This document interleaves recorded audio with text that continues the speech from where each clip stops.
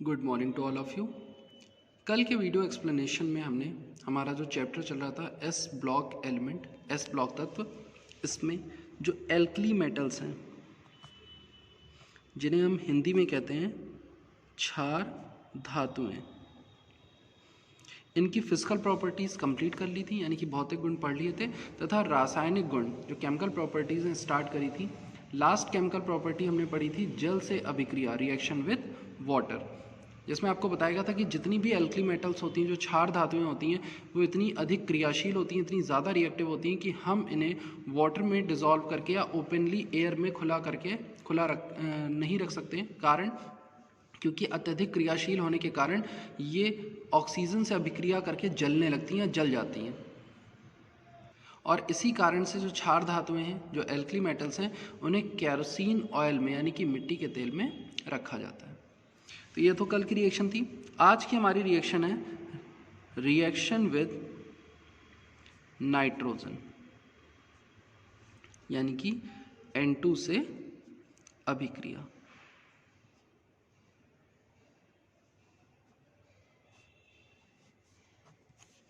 Reaction with nitrogen में क्या होता है? नाइट्रोजन जब मोनो एटॉमिक केस में होती है, यानी कि एक परमाणविक होती है, जब इसने मॉलिक्यूल नहीं बनाया होता है अपना, तो इसके पास आउटर मोस्ट शेल में यहाँ पर 7 इसका एटॉमिक नंबर 2,5 बाहतम कोश में 5 इलेक्ट्रॉन होते हैं, और इसको 3 इलेक्ट्रॉनों की आवश्यकता होती है अपना ऑक्टेट कंप्लीट करने के लिए। उस कंडीशन में तो ये बहुत रिएक्टिव होता है, यानी कि क्रियाशील होता है।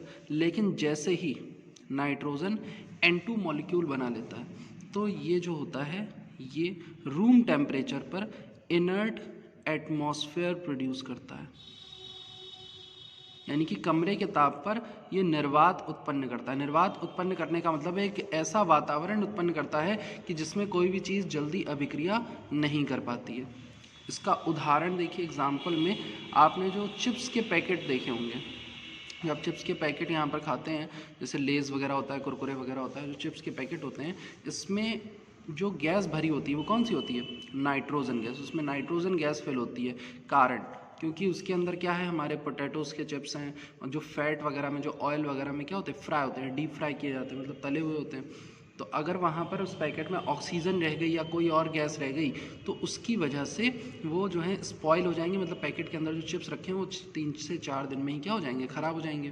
तो कंपनी का काफ़ी लॉस हो जाएगा। इस वजह से पैकेट के अंदर भरी आती है नाइट्रोजन गैस। क्यों? क्योंकि नाइट्रोजन गैस प्रोड्यूस करती है इनर्ट एटमॉस्फेयर, यानी कि निर्वात का वातावरण, जिसकी वजह से जो वहाँ पर फैट है और जो चिप्स हैं वो किसी से रिएक्शन नहीं करते हैं, और काफ़ी दिनों के लिए एज इट इज़, मतलब कि जैसा उनका टेस्ट होता है वैसे ही वो टेस्ट में बने रहते हैं। इसका एक और एग्जाम्पल अगर समझना है तो आपको पता है कि आपके एटमॉस्फेयर में 78% जो होती है वो नाइट्रोजन होती है, 78% नाइट्रोजन है, और 20.95% जो है ऑक्सीजन है, 1%, 1 point something percent carbon dioxide, helium, neon और बाकी गैसेस हैं। यहीं पर हमें पता है कि जो ऑक्सीजन गैस होती है ये सपोर्टर होती है बर्निंग की, यानी कि ये आग को जलाने में सहायक होती है, और ये हमारे नेचर में 20.95 या 21% प्रेजेंट है। तो इसका मतलब ये हुआ कि कहीं पर अगर आपने कोई चीज़ जलाई और आसपास हमारे ऑक्सीजन प्रेजेंट है, तो वो उस बर्निंग को क्या करेगी, सपोर्ट करेगी। तो और आग जो है वो बुझनी नहीं चाहिए, आसपास जो है आग और बढ़ती जानी चाहिए। लेकिन जो फायर होती है, जो आग होती है, वो धीरे धीरे क्या हो जाती है, बुझ जाती। कारण क्योंकि ऑक्सीजन के साथ साथ हमारे एटमॉस्फेयर में क्या प्रेजेंट है, नाइट्रोजन, जिसका कंसंट्रेशन ऑक्सीजन से ज़्यादा होता है, और इस वजह से ये हमारे वातावरण में उपस्थित होकर के चीज़ों, मतलब आग को बुझाने का काम करती है, फायर को एक्सटिंग्विश करने का काम करती है। एक कारण ये भी, एक उदाहरण हम इसका ये भी ले सकते हैं। और इसी वजह से जैसे जो जंगल वगैरह में जो आपने सुना होगा कि आग लग जाती है, यानी कि फायरवुड का आपने एग्जांपल देखा होगा, न्यूज़पेपर में कई बार इसकी न्यूज़ आती है कि यहाँ जंगल में आग लग गई, 3 दिन से आग लगी हुई है, 4 दिन से आग लगी हुई है, बुझ नहीं पा रही। कारण क्या है? क्योंकि जंगल में क्या होते हैं, पेड़ होते हैं, और पेड़ क्या प्रोड्यूस करते हैं, ऑक्सीजन।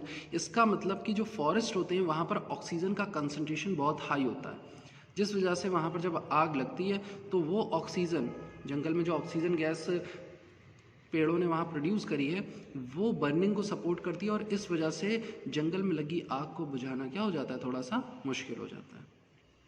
तो यहाँ पर कुल मिलाकर के बात ये चल रही है कि जो नाइट्रोजन है हमें हमारी धातुओं की अभिक्रिया नाइट्रोजन से करानी है, लेकिन नाइट्रोजन जो N2 गैस है वो क्या कर रही है कि इनर्ट एटमॉस्फेयर में, सॉरी रूम टेम्परेचर पे यानी कमरे के ताप में हम क्या करते हैं, हम इनर्ट एटमॉस्फेयर प्रोड्यूस करते हैं, हम निर्वात उत्पन्न करते हैं, यानी कि जल्दी किसी चीज़ को अभिक्रिया करने नहीं देते हैं, जिस कारण से जो क्षार धातुएं हैं वे नाइट्रोजन से रिएक्शन नहीं करती हैं।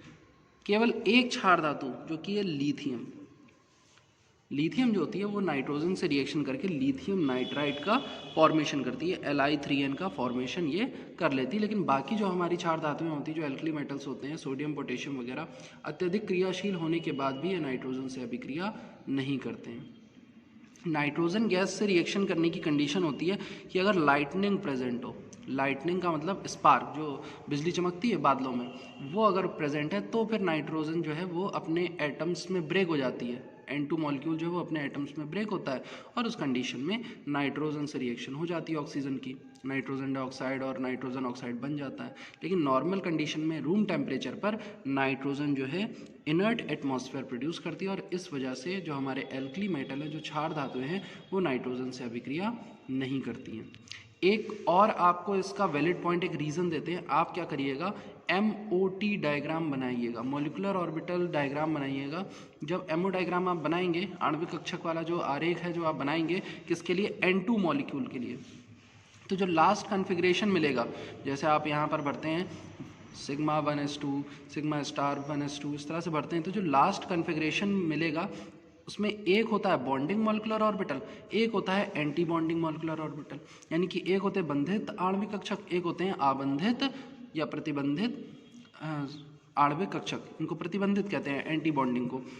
तो नाइट्रोजन के मॉलिक्यूल के केस में, N2 मॉलिक्यूल के केस में सारे के सारे जो इलेक्ट्रॉन होते हैं, अंतिम जो इलेक्ट्रॉन होते हैं, जो लास्ट इलेक्ट्रॉन होते हैं, वो सिर्फ और सिर्फ बॉन्डिंग ऑर्बिटल में ही पाए जाते हैं, यानी कि आबंधित कक्षक में ही उपस्थित होते हैं।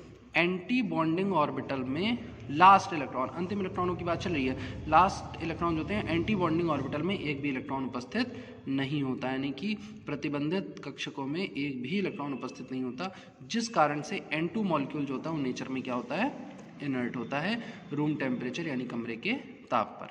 और इसी कारण हमारी क्षार धातुएं नाइट्रोजन से अभिक्रिया नहीं करती हैं। केवल लिथियम जो है वो नाइट्रोजन से अभिक्रिया करके लिथियम नाइट्राइड बनाता है। रिएक्शन होती है 6Li plus N2 gives 2Li3N, ये रिएक्शन यहाँ पर पाई जाती है। तो ये था रिएक्शन विद नाइट्रोजन। इसके बाद नेक्स्ट है रिएक्शन विद हाइड्रोजन या हाइड्रोजन से अभिक्रिया।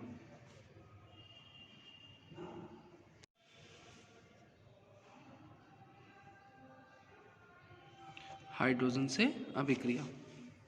अब हाइड्रोजन से अभिक्रिया में क्या होगा, हमारी जो क्षार धातुएं होती हैं, जैसे कि जो एल्कली मेटल्स है, सोडियम है, पोटेशियम है, लिथियम है, ये सब रिएक्शन ये सब रिएक्टिव होते हैं, ये सब क्रियाशील होते हैं। क्यों होते हैं, क्योंकि इनके आउटर मोस्ट शेल में एक एक इलेक्ट्रॉन पाया जाता है, 2,1, 2,8,1, पोटेशियम में 2,8,8,1, इस तरह से सबके बाहतम कोश में एक एक इलेक्ट्रॉन। हाइड्रोजन, अगर आप पीरियोडिक टेबल उठाकर देखिए तो हाइड्रोजन की जो पोजीशन है, हाइड्रोजन की जो स्थिति है, वो यहाँ पर लिथियम, सोडियम, इनके ऊपर ही पाया जाता है। लेकिन जब आपको हाइड्रोजन चैप्टर पढ़ाया गया था तो आपको बताया गया था कि जो हाइड्रोजन होता है वो क्षार धातुएं यानी एल्कली मेटल्स एंड जो आपके हेलोजन्स होते हैं, दोनों की तरह व्यवहार प्रदर्शित करती है। तो इस कंडीशन में जब हमारे एल्कली मेटल, क्षार धातुएं जब हाइड्रोजन से अभिक्रिया करेंगे तो इन सब का गुण भी क्या है, इलेक्ट्रॉन दे करके अपना ऑक्टेट कंप्लीट करने का। और हाइड्रोजन भी क्या बनाता है, H+ आयन बनाता है, यानी कि हाइड्रोजन भी इलेक्ट्रॉन देता है। तो फॉर सपोज कि यहाँ पर ये सोडियम आया, ये हाइड्रोजन आया, ठीक है, और ये दोनों आपस में रिएक्शन करने की कोशिश कर रहे हैं। तो सोडियम क्या कहेगा, सोडियम कहेगा कि हम भी एक इलेक्ट्रॉन देते हैं और अपना ऑक्टेट कंप्लीट करते हैं, और हाइड्रोजन कहता है कि हम भी एक इलेक्ट्रॉन दे करके जो है H+ आयन बनाते हैं। उस कंडीशन में होगा क्या, उस कंडीशन में होता ये है कि सोडियम और हाइड्रोजन जब रिएक्शन करते हैं तो, या जितने भी जो क्षार धातुएं हैं जब हाइड्रोजन से अभिक्रिया करते हैं तो ये ज़्यादा प्रबल इलेक्ट्रॉन देने का गुण प्रदर्शित करते हैं, यानी कि इनकी इलेक्ट्रॉन देने की जो टेंडेंसी होती है वो हाइड्रोजन से ज़्यादा होती है, क्योंकि हाइड्रोजन के पास एक रीज़न है, हाइड्रोजन कह रहा है कि हम इलेक्ट्रॉन देकर H+ आयन बनाते हैं, लेकिन एल्कली मेटल जो क्षार धातु हैं वो क्या कह रही है, वो कह रही है कि हम एक इलेक्ट्रॉन डोनेट करके अपना ऑक्टेट कंप्लीट कर लेते हैं, अपना अष्टक पूर्ण कर लेते हैं। तो अष्टक पूर्ण करना क्या माना जाता है, स्थायी माना जाता है, स्टेबल माना जाता है। इस कारण से क्षार धातुएं जब हाइड्रोजन से अभिक्रिया करेंगी तो क्या करेंगी, उनको एक इलेक्ट्रॉन दे करके स्पेशल टाइप का कंपाउंड बनाएंगी जिसका नाम होगा हाइड्राइड, और इनको कहेंगे धात्विक हाइड्राइड यानी कि मेटेलिक हाइड्राइड। फॉर्मूला क्या होगा इनके हाइड्राइड का, M से मेटल होगा, S से हाइड्रोजन, MH। ये आपके मेटेलिक हाइड्राइड होते हैं, धात्विक हाइड्राइड होते हैं। जैसे उदाहरण के रूप में सोडियम हाइड्राइड, यहाँ पर सोडियम के ऊपर एक पॉजिटिव चार्ज होगा और H के ऊपर माइनस चार्ज। मैंने कहा ना, एक स्पेशल टाइप का कंपाउंड बन रहा है, एक विशेष प्रकार का यौगिक बन रहा है। विशेष क्यों, क्योंकि अधिकतर हमने देखा कि जो हाइड्रोजन होता है उसके ऊपर क्या पाया जाता है, उसके ऊपर पॉजिटिव चार्ज पाया जाता है, उसके ऊपर धन आवेश पाया जाता है। लेकिन जब यही हाइड्रोजन लिथियम, सोडियम, पोटेशियम आदि क्षार धातुओं से अभिक्रिया कर रहा है, एल्कली मेटल से रिएक्शन कर रहा है, तो उस कंडीशन में इसके ऊपर नेगेटिव चार्ज आ रहा है। तो रिएक्शन विद हाइड्रोजन में कि हमारे जो क्षार धातुएं होती हैं, जो एल्कली मेटल्स होते हैं, हाइड्रोजन से सीधे रिएक्शन करके सीधे कंबाइंड होकर के क्या बनाते हैं, मेटेलिक हाइड्राइड, धात्विक हाइड्राइडों का निर्माण करते हैं। Now the next reaction is reaction with halogens, यानी कि हैलोजनों से अभिक्रिया। तो भाई क्षार धातुएं हैं वो तो क्रियाशील होती हैं और इनका गुण होता है एक इलेक्ट्रॉन डोनेट करके अपना ऑक्टेट कंप्लीट करने का। और जो हमारे हैलोजन होते हैं, क्लोरीन, फ्लोरीन, ब्रोमीन, आयोडीन, इन्हें केमिस्ट्री में X से डिनोट किया था। X मतलब हैलोजन, और X के स्थान पर क्या होगा, क्लोरीन है, फ्लोरीन है, ब्रोमीन है, आयोडीन है, ये सारे क्लोरीन, फ्लोरीन, ब्रोमीन, आयोडीन ये हैलोजन होते हैं। तो हमारी क्षार धातुएं जो होती हैं उनकी टेंडेंसी है एक इलेक्ट्रॉन डोनेट करके ऑक्टेट कंप्लीट करने की। तो वहीं पर जो हैलोजन होते हैं इनकी क्षमता होती है एक इलेक्ट्रॉन एक्सेप्ट करके अपना ऑक्टेट कंप्लीट करने की, यानी कि एक इलेक्ट्रॉन ग्रहण करके अपना अष्टक पूरा कर लेते हैं। तो जाहिर सी बात है इनके बीच जो रिएक्शन हो तो तुरंत हो जाएगी। भाई एक मेटल आएगा, वो क्या करेगा, जब हैलोजन से रिएक्शन करने जाएगा ये अपना एक इलेक्ट्रॉन उठा करके इसको दे देगा। उस कंडीशन में इन्होंने एक इलेक्ट्रॉन दे दिया, इनका ऑक्टेट कंप्लीट, इन्होंने एक इलेक्ट्रॉन ले लिया, इनका ऑक्टेट कंप्लीट। जब ये एक इलेक्ट्रॉन हैलोजन को दे देंगे तो इनके ऊपर एक पॉजिटिव चार्ज आ जाएगा और हैलोजन के ऊपर एक नेगेटिव चार्ज आ जाएगा। और इसकी वजह से इन दोनों के बीच एक स्ट्रॉन्ग फोर्स ऑफ अट्रैक्शन बनेगा, एक विशेष प्रकार का प्रबल आकर्षण बल उत्पन्न होगा। उसको क्या कहा जाएगा, उस बल को कहा जाता है आयनिक बॉन्ड, यानी कि आयनिक बंध। बॉन्डिंग आपने बॉन्डिंग वाले चैप्टर में पढ़ा भी होगा। जैसे एग्जांपल मैं ले लेता हूँ यहाँ पर पोटेशियम फ्लोराइड का। तो K के पास, K का एटॉमिक नंबर 19, 2,8,8,1 इसका इलेक्ट्रॉनिक कन्फिग्रेशन होता। बातम कोश में सिर्फ एक electron. Fluorine atomic number 9, 2,7, outermost shell में 1, 2, 3, 4, 5, 6, 7 इलेक्ट्रॉन। तो पोटेशियम क्या करता है, एक इलेक्ट्रॉन दे देता है, तो पोटेशियम ने फ्लोरीन को एक इलेक्ट्रॉन दे दिया। जैसे ही पोटेशियम ने फ्लोरीन को एक इलेक्ट्रॉन दिया तो पोटेशियम क्या बन गया, K+, और F ने जैसे ही एक इलेक्ट्रॉन ले लिया तो F पर चार्ज क्या आ गया, एक माइनस का, और F के पास अब इलेक्ट्रॉन कितने हो गए, 1, 2, 3, 4, 5, 6, 7 और ये 8वां पोटेशियम का इलेक्ट्रॉन। और इस तरह से जो हमारे एल्कली मेटल्स हैं, जो क्षार धातु हैं, वो हैलोजन से अभिक्रिया करके आयनिक यौगिकों का निर्माण करते हैं, आयनिक कंपाउंड्स का फॉर्मेशन करते हैं, जिनका फॉर्मूला होता है Mx। M के ऊपर होता है एक पॉजिटिव चार्ज, X के ऊपर एक नेगेटिव चार्ज। ये कंपाउंड बहुत ही ज़्यादा स्टेबल माने जाते हैं, बहुत ही ज़्यादा स्थायी माने जाते हैं। क्यों, क्योंकि उनके बीच एक विशेष प्रकार का बंध बन गया, एक स्पेशल टाइप का बॉन्ड बन गया जिसको हम कहते हैं आयनिक बॉन्ड, और ये कंपाउंड कहलाएगा आयनिक कंपाउंड या आयनिक यौगिक। इसके बाद नेक्स्ट प्रॉपर्टी आते हैं रिड्यूसिंग प्रॉपर्टी यानी अपचायक गुण। तो इस पर हम लोग पहले ही डिस्कशन कर चुके हैं कि जो हमारे एल्कली मेटल्स होते हैं, जो क्षार धातुएं होती हैं, वो प्रबल अपचायक होती हैं। आपको बताया भी गया था कारण, क्योंकि अपचायक ऐसे पदार्थों को कहा जाता है जो किसी भी अभिक्रिया में इलेक्ट्रॉन देकर अभिक्रिया में इलेक्ट्रॉनों की संख्या बढ़ा दें, यानी कि ऐसे compound, such kind of substance which donate और which give their electron to increase the number of electron and reduce the chemical substance. किसी भी रासायनिक पदार्थ को इलेक्ट्रॉन देकर क्या कर देना, उसे अपचयित कर देना, उसकी इलेक्ट्रॉनों की संख्या बढ़ा देना, उसको क्या कहते हैं, अपचयन कहते हैं। और ऐसा करने वाले पदार्थों को, ऐसा करने वाले सब्सटेंस को या मॉलिक्यूल्स को अपचायक यानी कि रिड्यूसिंग एजेंट कहा जाता है। तो हमारी क्षार धातुएं, इनकी तो क्षमता, इनकी टेंडेंसी ही है इलेक्ट्रॉन डोनेट करने की, ये तो तैयार ही रहते हैं अपना एक इलेक्ट्रॉन डोनेट करने के लिए। और इस गुण के कारण जो हमारे एल्कली मेटल्स होते हैं, जो क्षार धातुएं होती हैं, वो क्या होती हैं, very strong reducing agent, they are very strong reducing agent, ये प्रबल अपचायक माने जाते हैं। इनमें भी जो इनके अपचयन का जो गुण है वो ग्रुप में ऊपर से नीचे जाने पर, जैसे लिथियम है, सोडियम है, पोटेशियम है, रुबीडियम है, सीजियम है, फ्रांसियम है, तो कह रहे हैं नीचे जाने पर अपचायक गुण जो होता है वो इंक्रीज होता है, वो बढ़ता है। तो इस लॉ के अकॉर्डिंग लिथियम को क्या होना चाहिए, कम रिड्यूसिंग होना चाहिए और सबसे ज़्यादा होना चाहिए फ्रांसियम का, लेकिन ऐसा नहीं होता है। सबसे कम रिड्यूसिंग कैरेक्टर शो करता है सोडियम और सबसे ज़्यादा रिड्यूसिंग कैरेक्टर शो करता है लिथियम। बाकी प्रोसेस सेम रहेगी, सोडियम के बाद पोटेशियम की ज़्यादा होगी, रुबीडियम, सीजियम नीचे जाने पर बढ़ेगी, लेकिन यहाँ पर एक्सेप्शन होता है, अपवाद होता है। क्यों? क्योंकि बताया जा चुका है लिथियम का जो साइज़ होता है वो क्या होता है, छोटा होता है, और अपने छोटे आकार के कारण, स्मॉलर साइज़ की वजह से लिथियम जो है अपने बाकी ग्रुप मेंबर्स से अलग प्रॉपर्टी शो करता है, यानी कि जो इसके गुण होते हैं ये अपने परिवार के सदस्यों से, मतलब ये जो परिवार आप फैमिली देख रहे हैं एल्कली मेटल्स की, इनसे इसकी प्रॉपर्टी थोड़ी सी अलग होती है, जिस कारण से सबसे प्रबलतम अपचायक माना जाएगा लिथियम, सबसे स्ट्रॉन्गेस्ट रिड्यूसिंग एजेंट होगा लिथियम, और सबसे वीक रिड्यूसिंग एजेंट होगा सोडियम इस फैमिली में। वैसे बाकी पीरियोडिक टेबल में बात करें तो ये सारे के सारे क्या होते हैं, प्रबल अपचायक होते हैं, स्ट्रॉन्ग रिड्यूसिंग एजेंट होते हैं। क्यों? क्योंकि ये अपने बाह्यतम कोश का एक इलेक्ट्रॉन दे करके किसी भी पदार्थ को अपचयित कर सकते हैं, किसी भी सब्सटेंस को रिड्यूस कर सकते हैं। इसके बाद नेक्स्ट प्रॉपर्टी है रिएक्शन विद कार्बन, यानी कि कार्बन से अभिक्रिया। तो क्षार धातुओं में से केवल लिथियम ही ऐसा होता है जो कार्बन से अभिक्रिया करता है, कार्बन से सीधे रिएक्शन करता है। टेम्परेचर होना चाहिए 1000 डिग्री सेल्सियस, यानी कि कम टेम्परेचर पर ये रिएक्शन नहीं होगी।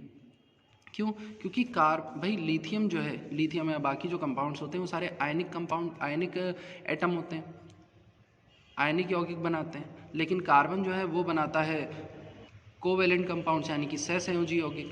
कार्बन इलेक्ट्रॉनों को साझा करने में विश्वास रखता है, जबकि यहाँ पर जो हमारे एल्कली मेटल है, जो क्षार धातु है, वो क्या करते हैं, इलेक्ट्रॉन देने का काम करते हैं, इलेक्ट्रॉन दे करके अपना ऑक्टेट कंप्लीट करते हैं। इस वजह से जो क्षार धातुएं हैं वे कार्बन से अभिक्रिया नहीं करती है। किंतु फिर वही बात आती है कि लिथियम जो है वो अपने बाकी परिवार के सदस्यों से अलग गुण प्रदर्शित करता है, इस कारण से लिथियम जो है कार्बन से रिएक्शन कर लेता है। टेम्परेचर कितना होना चाहिए, 1000 डिग्री सेल्सियस, और इस टेम्परेचर पर Li जो है वो कार्बन से रिएक्शन करके Li2C2 लिथियम कार्बाइड का निर्माण करता है। ये रिएक्शन होती है एल्कली मेटल्स की कार्बन से, यानी कि क्षार धातुओं में सिर्फ लिथियम जो है कार्बन से अभिक्रिया करके लिथियम कार्बाइड का निर्माण करता है।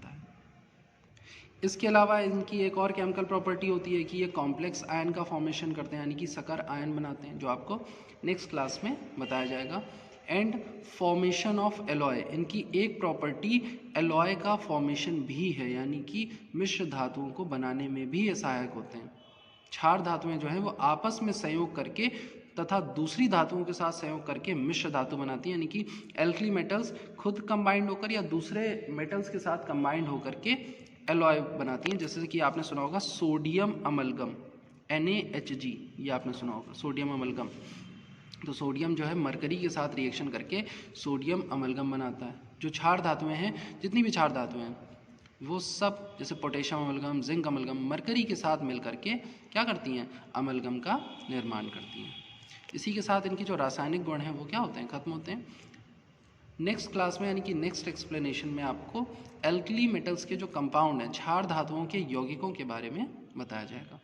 जब तक इस एक्सप्लेनेशन को देखिए, और कोई अगर आपको प्रॉब्लम आती है तो आप उससे पूछ सकते हैं। Okay class, thank you.